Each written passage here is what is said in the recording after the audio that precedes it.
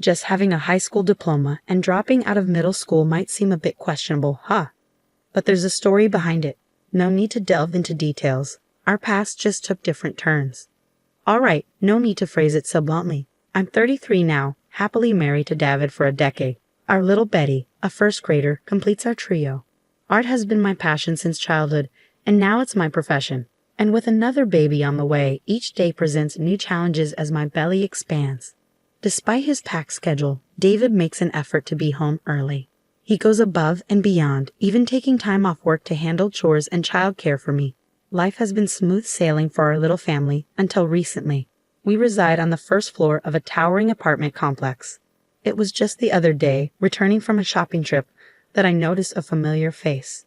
It was Emma, a classmate from our middle school days. Our paths hadn't crossed since those days, apart from a brief reunion right after middle school. As she spotted me, Emma exclaimed, "Mary, you live here too." "Yeah, what about you?" I replied. "Moving in today," she confirmed. It seemed Emma had just settled into the building. Her expression soured as she realized we were now neighbors. Can't believe I ended up in the same high-rise as a fellow dropout. It's surreal, really. You see, I didn't pursue further education after middle school for my own reasons, but I never shared that with Emma. The last time we spoke, she ridiculed me for my decision, and it seems nothing has changed. She's still looking down on me. Irritated, I listened as Emma went on. "So what floor are you on?" "First floor," I replied. Emma's face lit up with a smug grin. "First floor? Figures, considering you're a dropout. You'll have to come up to my place on the 35th floor sometime. Spectacular views, you know," she boasted. Emma revealed that she had been employed at a prominent corporation after college until the previous year. Now she aimed to launch her own venture, utilizing her high-rise apartment as both residence and office. "So essentially, I'll be the CEO. And you? Do you have a job?" Emma inquired, prompting me to explain my occupation. "Yeah, I work in the art industry," I began. Emma cut in, "Art? Like drawing? Is that even a job?" Feeling slighted, I retorted, "I've transformed my passion into a profession, and it's very much a legitimate career." Disregarding my response, Emma remarked, "Well, it must be convenient relying on household income. What's your target, like $900 a month?" I remained silent, lacking the energy to respond. It felt as though those of us who had dropped out lived in a completely different world compared to the elites like Emma. Just then, David and her daughter Betty, both dressed for work, approached. "Mom." "Oh, Mary, do you two know each other?" David asked, glancing between us. Emma glanced at David before hastily departing. "Is this your husband?" David asked me. Feeling insulted, I finally spoke up. "Why are you laughing? That's disrespectful." Emma remained unapologetic. "I wasn't laughing. He just fits the stereotype I'd expect from a dropout like you. A two-income family on the first floor. He probably doesn't earn much either." Emma's rudeness reached its limit for me.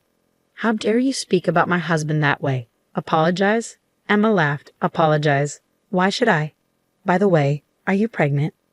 Finally noticing my pregnancy, Emma commented, "Yes, I see you're 7 months along. Must be the financial strain with another child on the way. Can you even afford to live here?"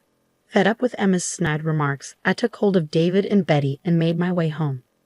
Emma called out after us, "Feel free to visit the 35th floor for a better view anytime." But I brushed off her comment and entered our apartment. Throughout the day, I couldn't shake off my anger towards Emma. Why did she feel the need to say such hurtful things? That night, after Betty had fallen asleep, David asked me what had happened. I recounted the encounter with Emma, how she had mocked me for being a dropout and demeaned my work. David's face flushed with anger, his frustration seemingly surpassing my own. He was well aware of my past, including my decision to drop out of school, and had chosen to marry me with full acceptance of who I am. We mutually agreed to keep our distance from Emma, as our animosity towards her showed no signs of fading. Fortunately, we managed to avoid any encounters with her for a while. However, our respite was short-lived. In the span of a single day, we received a postcard inviting us to a school reunion. Despite my close ties with my middle school friends, I couldn't help but feel apprehensive about the possibility of encountering Emma and enduring her unwelcome remarks amidst the anticipated reunion with old friends. Despite my concerns about encountering Emma, I decided to attend the reunion, recognizing that opportunities to meet with friends might be limited after the arrival of our baby. When the day of the reunion arrived, it was held in a rented hotel ballroom. Upon my arrival, I was warmly greeted by friends I hadn't seen in years, and we quickly fell into engaging conversation. It had been far too long since our last reunion, and there was much to catch up on. Our bond as a group remained strong over the years, transcending gender. Some of us had become parents, while others pursued various career paths, yet we all cherished the chance to share updates about our families and professional lives. However, our reunion was interrupted when we suddenly heard Emma's voice from behind us. Emma's arrival was no surprise, and her presence immediately grated on us. Engrossed in conversation with close friends, we hadn't noticed her approach until she uttered, "Breathing the same air as poor people is making me sick." Emma's ostentatious attire and exaggerated demeanor stood out against the backdrop of the reunion. Her heavy makeup and flashy dress seemed out of place, reinforcing the consistent bad attitude she exuded. Even in middle school, Emma had been known for her self-centeredness and tactless remarks, traits that made her someone we generally avoided. And true to form, nothing had changed. At 33, she remained as obnoxious as ever, prompting us to exchange eye rolls. Breaking the uncomfortable silence, one friend addressed Emma. "Who are you referring to as poor, Emma?" Without hesitation, Emma pointed at me, saying, "Who else but Mary? She's a dropout, so she's poor and lives on the first floor. I live on the 35th. Emma's remark comparing our situation to a master-servant dynamic was met with laughter. Some of our friends were visibly offended and confronted her, but Emma remained unapologetic. "If you're offended by being called poor, why not find an older, cheaper apartment that suits your budget?" She continued, oblivious to the discomfort she was causing. Emma persisted in belittling me, suggesting that I should leave behind my modest income and the upscale apartment building we resided in. Confused by Emma's comments, my friends turned to me and asked, "Mary, do you really only earn $900 a month?" I clarified, "No, that's just Emma's assumption." As we conversed, Emma interjected, "What are you two whispering about?" Mary relies comfortably on her husband's income, working part-time due to her dropout status, while I am a CEO. At this point, a male classmate was on the verge of speaking up. "Emma, did you know that Mary is a well-known artist?" One of my friends interjected. Emma appeared puzzled and replied, "An artist? So what?" Deciding to clear the air and not allow Emma's arrogance to sour the reunion any further, I spoke up. "Actually, I studied art in France right after middle school. Although I didn't complete a formal program, you could say I had dropped out."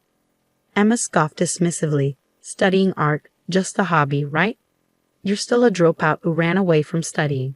Realizing that Emma failed to grasp the depth of my commitment, I elaborated further. "I spent several years honing my skills, and now I manage an art gallery while also creating my own works. Believe it or not, I have fans and have even curated my own exhibitions. Some of our classmates have even purchased my artwork. In reality, I was a budding artist with a growing reputation within certain circles. After completing my training in France, I returned to New York and kickstarted my career, which has flourished in recent years. David and I crossed paths at one of my exhibitions, and we instantly connected, leading to our marriage. Despite explaining all this to Emma, she still seemed oblivious. "Oh, come on, an exhibition is just for fun, right? As a CEO, I'm clearly ahead of the game." Frustrated, I responded, "Emma, this isn't about winning or losing. You may think my pursuit of art is frivolous, but I take my work seriously." Refusing to back down, Emma retorted, "If you're really making that much money, why are you living on the first floor? You should be up higher." "There's a reason for our choice," I countered. "We used to live on a different floor, but with my pregnancy and the sometimes sluggish elevators, we opted for convenience by moving to the first floor." Despite my explanation, Emma appeared unconvinced. My friends were well aware of my career, and even acquaintances had heard of my success as an artist. Emma, however, likely never considered this possibility, given her lack of interest in art and her tendency to look down on me for dropping out. And I had another secret to share. Just as I was about to reveal it, I spotted David and Betty entering the room. "Mom," Betty comes bounding towards me, with David in hot pursuit. Sorry about that, David apologizes, rubbing his head. Got caught up in some work stuff and had to bring Betty along. As David and I converse, Emma interrupts. Wait, who's this dashing man? Your husband. He was in work attire last time. Why the change to a suit? David does indeed look sharp today, catching Emma's attention. He begins to greet my friends, expressing gratitude. Thank you for always being so kind to my wife. She means the world to me. Is everything to your liking? Please don't hesitate to let us know if there's anything you need. Just as we were immersed in the conversation, the event organizer hurried over, expressing gratitude. Thank you for providing this wonderful venue free of charge. The food and drinks are exceptional. We truly appreciate it. The truth was, this hotel belonged to David's parents, and he had recently taken over as CEO. David had generously offered the venue for the reunion without any cost. Emma's expression shifted to a pale hue as she processed this information. Wait, you're the wife of a CEO? She had previously looked down on me as someone of lesser means, but here I was, an accomplished artist and the spouse of a CEO. Emma seemed visibly stunned. How did a dropout like you end up married to someone so affluent when someone like me, from an elite background, is still single? What did you do to achieve this? Emma's tone was laced with bitterness as she challenged me. Finally noticing Emma, David intervened. Ah, we've met before. I apologize for appearing in work clothes last time. I was assisting with a neighborhood cleanup, David explains. As the owner of the high-rise apartment, it's crucial to foster positive relationships within the community. Emma's complexion pales. Wait, you own that high-rise? She gasps. Your family owns it? In truth, David is the owner of the high-rise. His family boasts a long-standing wealth, spanning generations, with interests in hotel management and ownership of various properties. Our residence is situated within one of those properties, the very high-rise in question. Emma stood there, utterly stunned, unable to muster a response. David chimed in. Oh, and just so you know, we'd love to have you over to the penthouse sometime. The view is spectacular. You can even see the Empire State Building. Emma's shock deepened. The penthouse? But I thought you guys lived on the first floor. Hearing this, I decided to reveal the truth. As I mentioned earlier, I'm pregnant, so we've made the first floor our home too. Essentially, both the penthouse and the first floor belong to us. Emma was left speechless, her disbelief palpable. As I glanced around, I noticed our friends had fallen silent, attentively observing our conversation. Feeling like I had disrupted the reunion's vibe, I began making my way towards the exit, accompanied by David and Betty. Just as I was leaving, I overheard Emma muttering, "A dropout acting so arrogantly." I glanced at my daughter, knowing she probably caught wind of Emma's remark. What truly counts is what's on the inside. Never underestimate others, I reminded Betty. With a nod, Betty turned towards Emma and chirped, "Emma, if you keep making those faces, happiness might just slip away from you." The room erupted in laughter, instantly lightening the mood. However, Emma, now the butt of the joke, hastily fled the venue, her cheeks flushed with embarrassment. The reunion continued on a positive note, and I savored the remainder of the evening with my friends. Many of them had also experienced Emma's mistreatment in the past. So Betty's parting words brought a sense of relief to everyone. As months went by, we never crossed paths with Emma at the high-rise again. Then, one day, David returned home with news. Emma had finally vacated the luxury high-rise. Apparently, she had been evading rent payments for 3 months, as David explained. I even had to bring in a lawyer to serve her an eviction notice, David revealed. She disappeared almost overnight. I was stunned by this revelation. David went on to explain that Emma's rented space was left completely untouched, with furniture and clothes left behind.